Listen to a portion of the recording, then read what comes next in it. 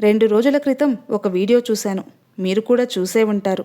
అందులో ఒక ఆవిడ చెప్తోంది, పీరియడ్స్ వచ్చినప్పుడు గుడికి వెళ్తుందట, అమ్మవారికి అలంకరణ చేస్తుందట, అభిషేకాలు చేస్తుందంట.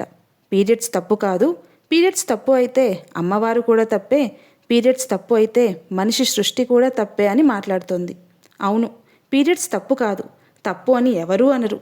అది ప్రకృతిలో ఒక భాగం. స్త్రీ గర్భాశయం 20 రోజుల ముందు నుండే పిండం ఏర్పడటానికి అనువుగా అండం తయారవుతుంది. పిండం ఏర్పడినప్పుడు అది విచ్ఛిన్నమై రక్తస్రావమవుతుంది. అది కొద్దిసేపు ఉండే ప్రక్రియ కాదు, 5 రోజుల నిరంతర ప్రక్రియ. ఈ సమయంలో స్త్రీ తన చుట్టూ ఉన్న అన్ని రకాల శక్తులను గ్రహించగల శక్తిని కలిగి ఉంటుంది. గుడిలో ఉన్న మూర్తిని ఎన్నో యంత్రాలతో ప్రాణప్రతిష్ఠ చేసి ఉంటారు. అందువల్ల కాస్మిక్ ఎనర్జీ ఉంటుంది, బయోమాగ్నెటిక్ వేవ్స్ ఉంటాయి.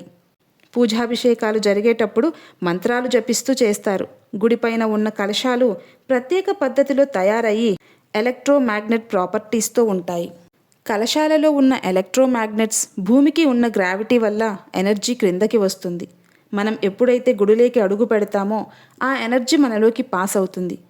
గుడికి వెళ్ళటం వల్ల ప్రాణప్రతిష్ఠ చేసిన మూర్తి శక్తి, మంత్రాల శక్తి, కలశాల శక్తి, ఇన్ని శక్తులను ఋతుక్రమంలో స్త్రీ శరీరం ఎక్కువగా గ్రహించగలదు. అందుకే గుడికి వెళ్ళిన సమయంలో ఋతుస్రావం అయిన వారికి ఎక్కువగా పెయిన్ రావటం, ఏదో కడుపులో పిండేసినట్టు ఉండటం జరుగుతుంది. స్త్రీ శరీరం తన చుట్టూ ఉన్న శక్తులను గ్రహించటం వల్లనే చిరాకుగా ఉండటం, బాడీ పెయిన్స్, ఏ పని చేయలేకపోవటం, ఏడుపు రావటం, ఎవరైనా రెస్ట్ ఇస్తే బాగుండు అనుకునేలాగా ఉంటుంది. అందుకే స్త్రీకి ఆ 5 రోజులు విశ్రాంతి ఇస్తారు. ఋతుస్రావం సమయంలో గుడికి వెళ్ళడం వల్ల అక్కడున్న ఎనర్జీ అపాన వాయువుని వ్యతిరేక దిశలో పైకి లాగటం వల్ల పొత్తికడుపు దిగువ భాగంలో నొప్పి వస్తుంది. అలా ఋతుక్రమంలో గుడికి వెళ్ళడం కొనసాగితే అపానవాయువు దిశని మార్చటం లేదా దానిని నిరోధించటం ద్వారా స్త్రీకి కోలుకోలేని నష్టం కలుగుతుంది. ఎండోమెట్రియాసిస్ అని పిలువబడే ఒక జబ్బుకు ఇది కారణమవుతుంది. దీనికి చికిత్స చేయటం చాలా కష్టం.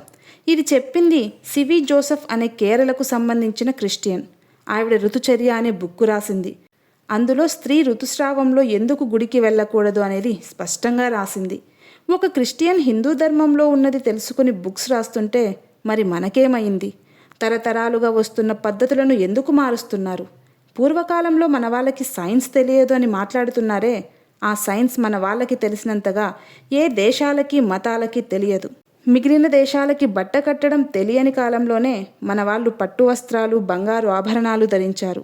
మీ గుడి మీ ఇష్టం కావచ్చు, కానీ అమ్మవారు మీది కాదు. పాపమైన పుణ్యమైన వెంటనే ఫలితం చూపదు. ప్రతిదానికి సమయం వస్తుంది, అంతా ఆ సమయమే చూసుకుంటుంది.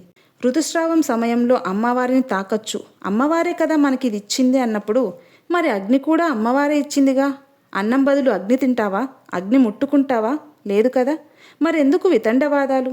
మీ మాటల వల్ల ఎంతోమంది భక్తులను తప్పుదోవ పట్టిస్తున్నారు. వేద వ్యతిరేక మార్గం వైపు వెళ్ళడం మంచిది కాదు.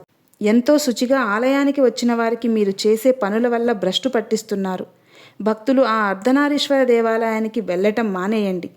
నియమనిష్టలతో ఉండే ఎన్నో దేవాలయాలు మనకున్నాయి, వాటికి వెళ్ళండి. 30 రోజుల్లో ఒక 5 రోజులు గుడికి వెళ్ళకపోతే ఏం కొంప మునిగిపోతుంది? మిగిలిన 25 రోజులు వెళ్ళొచ్చు కదా. నేను చేసేది తప్పై ఉండొచ్చేమో అని కూడా అంటోంది ఆవిడ. అంత అనుమానం ఉన్నప్పుడు ఎందుకు చేయటం ఇలాంటి పనులు?